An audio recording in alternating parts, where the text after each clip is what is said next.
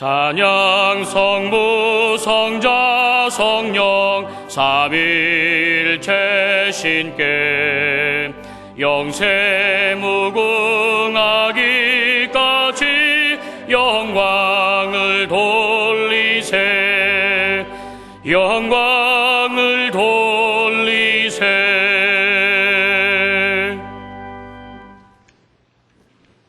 이러므로 우리가 예수로 말미암아 항상 찬미의 제사를 하나님께 드리자. 이는 그 이름을 증거하는 입술의 열매니라. 오직 선을 행함과 서로 나눠주기를 잊지 말라. 이 같은 제사는 하나님이 기뻐하시느니라.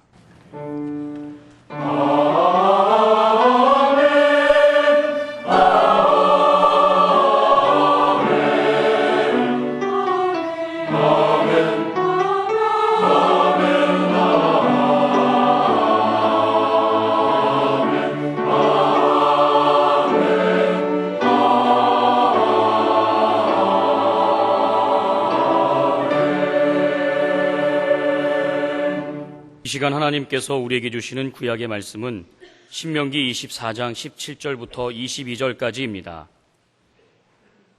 제가 가진 성경으로는 299쪽입니다.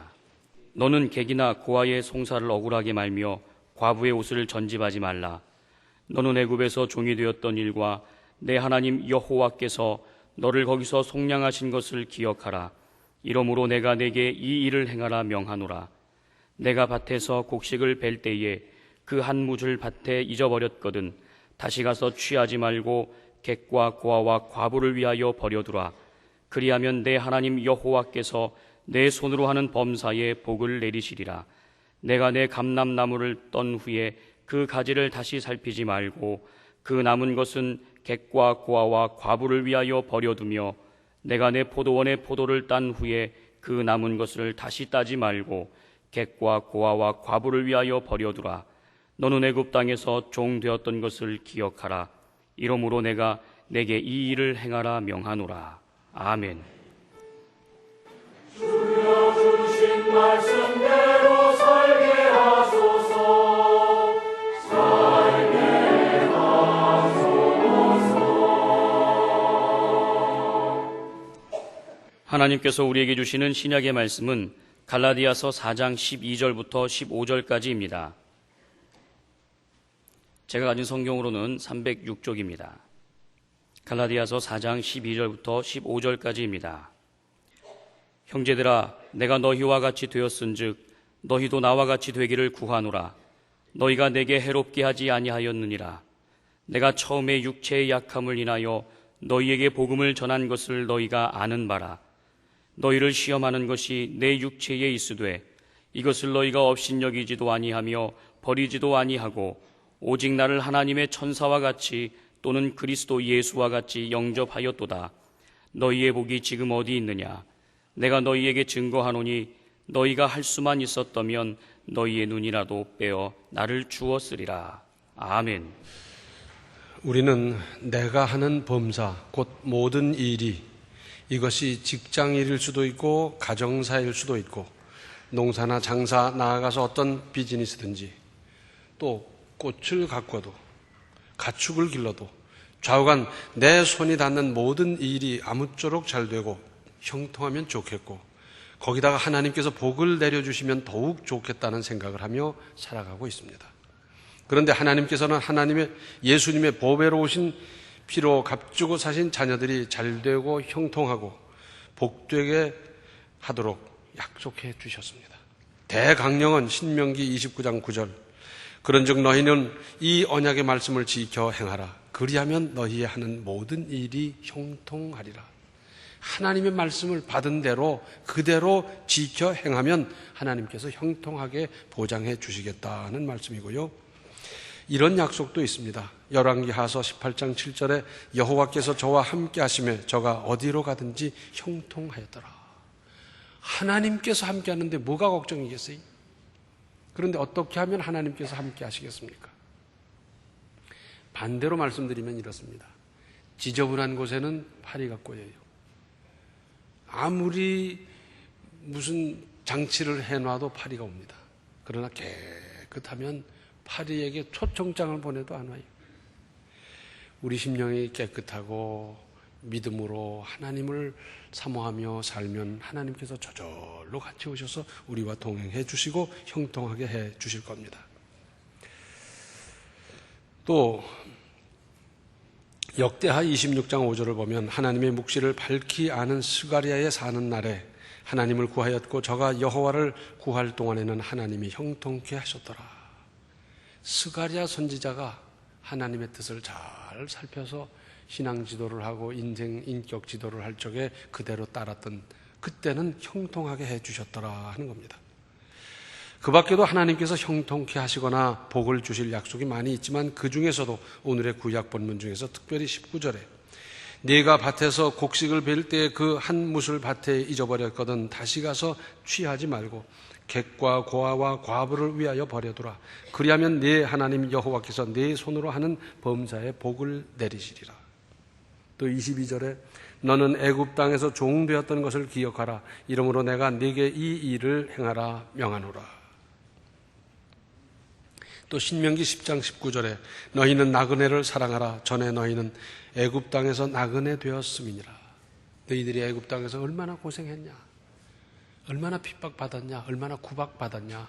그러니까 이제는 너희들이 개구리 올챙이적 생각해라 하는 겁니다.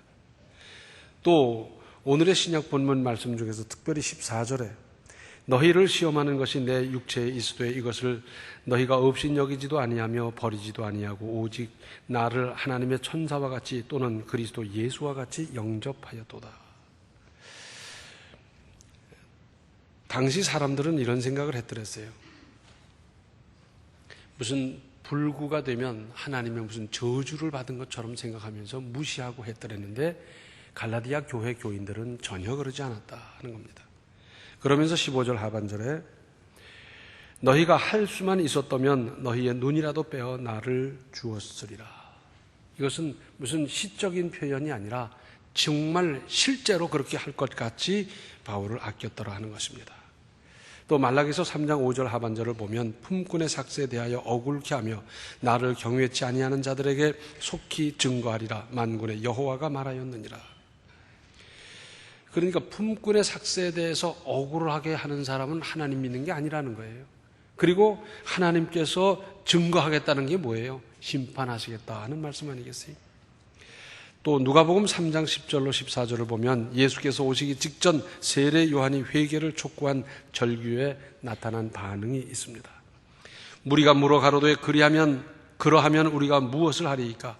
대답하여 가로되 옷 2벌 있는 자는 옷 없는 자에게 나눠줄 것이요 먹을 것이 있는 자도 그렇게 할 것이니라 하고 세리들도 세례를 받고자 하여 와서 가로되 선생이여 우리는 무엇을 하리이까 하매 가로되 정한 새 외에는 늑징치 말라 하고 군병들도 물어 가로되 우리는 무엇을 하리이까 하매 가로되 사람에게 강포하지 말며 무소하지 말고 받는 요를 족한 줄로 알라 하니라.